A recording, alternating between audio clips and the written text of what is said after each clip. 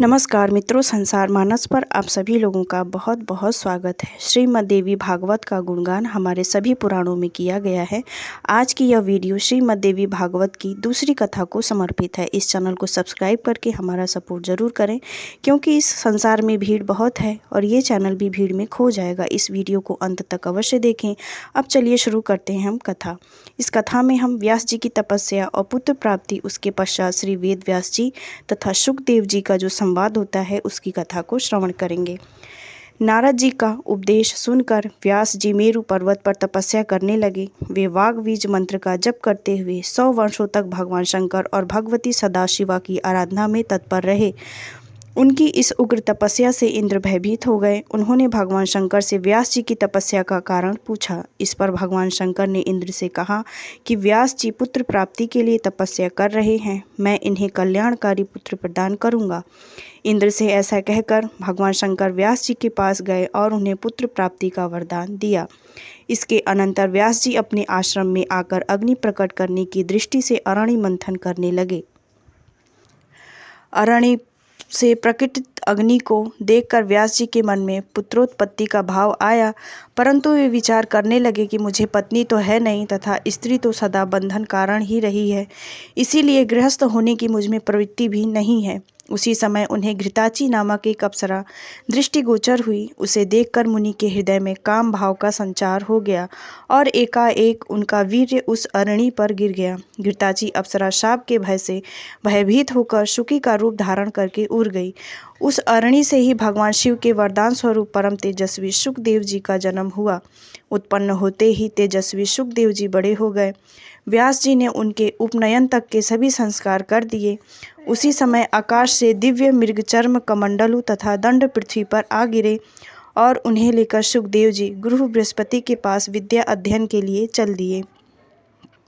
अब आगे की कथा में हम श्री वेद व्यास जी तथा सुखदेव जी का संवाद सुनते हैं।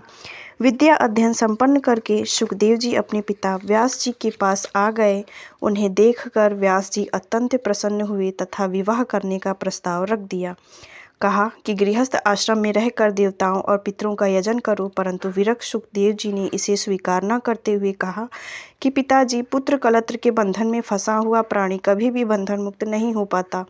इस संसार में आत्मज्ञान को छोड़कर कौन सा सुख है। दुर्लभ मानव शरीर को पाकर तथा वेद शास्त्रों का अध्ययन करके भी यदि मनुष्य इस संसार में बंधता है तो दूसरा भला कौन बंधन मुक्त हो सकता है। विद्या तो वही है जो शीघ्र ही भव बंधन से मुक्त कर दे।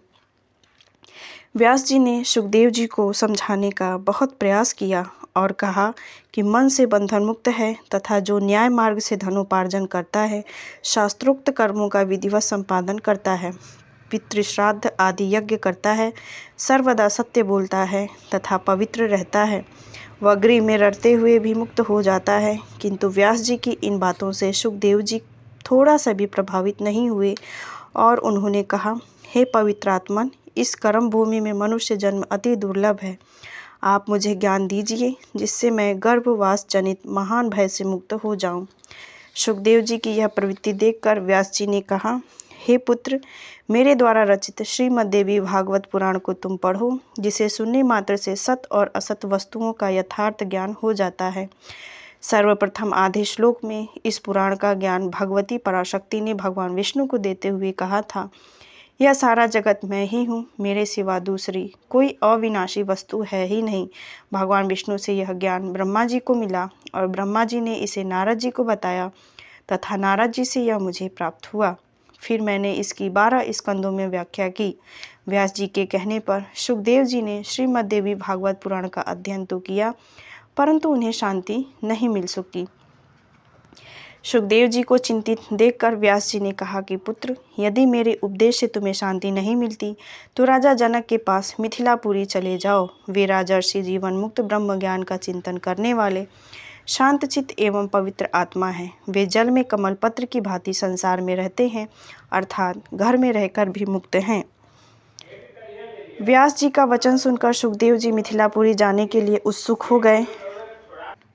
पिता को प्रणाम कर तथा उनकी प्रदक्षिणा करके सुखदेव जी 2 वर्षों में मेरु पर्वत और 1 वर्ष में हिमालय पर्वत को पार करके मिथिलापुरी पहुंच गए। वहां की ऐश्वर्य संपदा को उन्होंने देखा। यद्यपि द्वारपाल ने पहले उन्हें रोका, परंतु उनकी वार्ता से प्रभावित होकर उसने सुखदेव जी को एक अत्यंत रमणीय कक्ष में प्रवेश कराया। सुखदेव जी के आने का समाचार सुनकर महाराज जनक ने उनका स्वागत सत्कार आगमन का प्रयोजन पूछा। सुखदेव जी ने कहा, संशयुक्त चित्त वाला समझकर मेरे पिताजी ने मुझे आपके पास भेजा है। हे राजेंद्र, मैं मोक्ष का अभिलाषी हूँ। तप, तीर्थ, व्रत, ज्ञान, स्वाध्याय और ज्ञान, इनमें से जो मोक्ष का साक्षात साधन हो वह मुझे अवश्य बतलाएं। जनक जी बोले, मोक्ष मार्ग अवलंबी व्यक्ति को यह उचित है कि वह अध्ययन समाप्त करने के बाद विवाह करके पत्नी के साथ गृहस्थ आश्रम में रहते हुए न्यायोपार्जित धन से सर्वदा संतुष्ट रहकर किसी से कोई आशा न रखे, पापों से बचते हुए सत्य वचन बोले और मन वचन कर्म से सदा पवित्र रहे। सुखदेव जी से यह पूछने पर कि चित्त में वैराग्य और ज्ञान विज्ञान उत्पन्न हो जाने पर व्यक्ति को गृहस्थ आश्रम में रहना चाहिए अथवा वनों में, इस पर जनक जी ने कहा, हे मानद, इंद्रियां बड़ी बलवान होती हैं, वे वश में नहीं रहती। वे अपरिपक्व बुद्धि वाले मनुष्य के मन में नाना प्रकार के विकार उत्पन्न करती हैं। यदि मनुष्य के मन में भोजन की, शयन की, सुख की और पुत्र की इच्छा बनी रहे तो वह सन्यासी होकर भी इन विकारों से मुक्त नहीं हो सकता। वासनाओं का जाल बड़ा ही कठिन है, इसीलिए उसकी शांति के लिए मनुष्य को कर्म से उसका त्याग सबसे पहले कर देना चाहिए। गृहस्थ आश्रम में रहते हुए भी जो शांत, बुद्धिमान तथा आत्मज्ञानी होता है वह न तो प्रसन्न होता है और न ही दुखी रहता है। वह हानि लाभ में समान भाव रखता है। जो मनुष्य शास्त्र प्रतिपादित कर्म करता हुआ सभी प्रकार की चिंताओं से मुक्त रहता हुआ आत्मचिंतन से संतुष्ट रहता है, वह निसंदेह इस भवसागर से अवश्य ही मुक्त हो जाता है।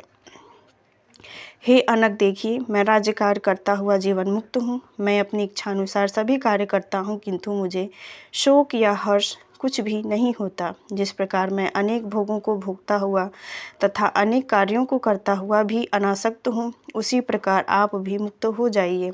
हे द्विज, मन ही महान सुख दुख का कारण है। इसी के निर्मल होने पर सब कुछ निर्मल हो जाता है। विषयी मन बंधन और निर्विषयी मन मुक्ति का प्रदाता है। यह मेरी देह है, यही बंधन है, और यह देह मेरी नहीं है, यही मुक्ति है।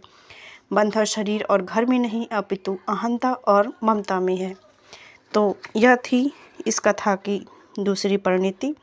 उम्मीद करते हैं कि आपको श्री देवी भागवत कथा सार की यह दूसरी कथा अवश्य ही पसंद आई होगी। तो इस चैनल को सब्सक्राइब करके हमारा सपोर्ट ज़रूर कर दें। आगे आने वाली कथाओं के लिए बने रहें इस चैनल पर। मिलते हैं अगले वीडियो में एक नई कथा के साथ, और इस कथा को आप और लोगों के साथ भी शेयर करें, क्योंकि इस युग में पाप चरण अपने चरम पे है और यहाँ पे कोई पथ प्रदर्शन करने वाले लोग भी बहुत ही विरले हैं। तो यह वीडियो के माध्यम से ही सही, लेकिन हम गृहस्थ होकर भी किस प्रकार अपने आप को मुक्त रख सकते हैं, इस कथा में बहुत अच्छा संदेश है। तो इसे और लोगों के साथ शेयर ज़रूर करें।